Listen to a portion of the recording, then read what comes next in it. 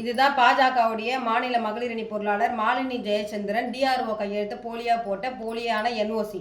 இந்த என்ஓசி எதுக்காக இவங்க மோசடி செஞ்சுருக்கிறாங்கன்னு பார்த்தீங்கன்னா, காஞ்சிபுரம் மாவட்டம் பொடவூர் கிராமத்தில் அரசுக்கு சொந்தமான பூமிதான நிலம் 1.5 ஏக்கர் நிலத்தை இந்த போலியான என்ஓசியை ரெடி பண்ணி அரசுக்கு சொந்தமான பூமிதான நிலத்தை அரசுக்கே விற்று பணம் வாங்கியிருக்கிறாங்க.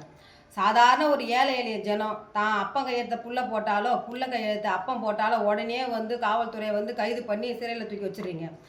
1.5 ஏக்கர் நிலத்துக்கு ஒரு என்ஓசி போலியாக ஒரு டிஆர்ஓ மாவட்ட வருவாய் அலுவலருடைய கையெழுத்தை போலியாக போட்டதுக்கு ஏன் ஒன்றும் நடவடிக்கை எடுக்காமல் வச்சுருக்கிறாங்கன்னு தெரில. அதே போல் ஒரு சாதாரண 1 சென்ட் நிலத்தில் வசிச்சுட்டு இருக்கிற தமிழ்நாட்டுடைய பூர்வீக குடி மக்கள் பரம்பரையாக வசிச்சிருந்தா கூட ஆக்கிரமிப்புன்னு சொல்லி அகற்றுற காவல்துறையோ அரசாங்கமோ 1.5 ஏக்கர் அரசு நிலத்தை அரசுக்கே விற்று பணம் பார்த்துருக்குறாங்க. இவங்க மேலே ஏன் ஒன்றும் நடவடிக்கை எடுக்காமல் இருக்கிறீங்க?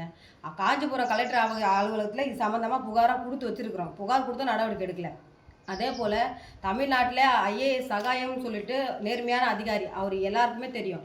அவருடைய பெயரில் அதே போல் 1.5 ஏக்கர் நிலம் அரசாங்க நிலம், அனாதீன நிலம் அவர் பட்டா போட்டு கொடுத்தா போல் அந்த பட்டாவை பேஸ் பண்ணி ஆந்திராவை சேர்ந்த ஒரு தொழிலதிபர் பேரில் பத்திரப்பதிவு பண்ணி வச்சுருக்கிறாங்க.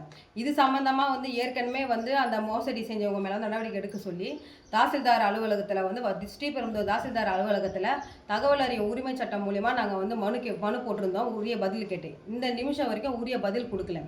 ஒரு மோசடியாக ஒரு முன்னாள் நேர்மையான அதிகாரி ஐஏஎஸ் சகாயம் அவர்களுடைய பெயரில் மோசடி நடந்திருக்கு. அந்த மோசடி நடந்தவங்க மீது நான் உரிய சட்ட ரீதியாக நடவடிக்கை மேற்கொள்ளணும்னு சொல்லிட்டு நாங்கள் மனு போடுறோம். ஆனால் கிணத்துல போட்ட கல் மாதிரி ஸ்ரீபெரும்புதூரில் இருக்கிற தாசில்தார் அலுவலகம் இந்த ஆர்டிஐ மனு மீது அமைதியாக இருக்கிறீங்க. எனக்கு வருகின்ற 31ஆம் தேதி, அதாவது புதன்கிழமைக்குள்ளே நான் போட்ட மனுக்கு உரிய ரிப்ளை எங்களுக்கு கொடுக்கல அப்படின்னா 11:30 மணி வரைக்கும் டைம் கொடுக்குறேன். 12 மணிக்கு நானே ஸ்ரீபெரும்புதூர் தாசில்தார் அலுவலகத்தை தர்ணா போராட்டத்தில் ஈடுபடுவேன்னு சம்மந்தப்பட்ட அதிகாரிக்கு தெரிவிச்சுக்கிறேன்.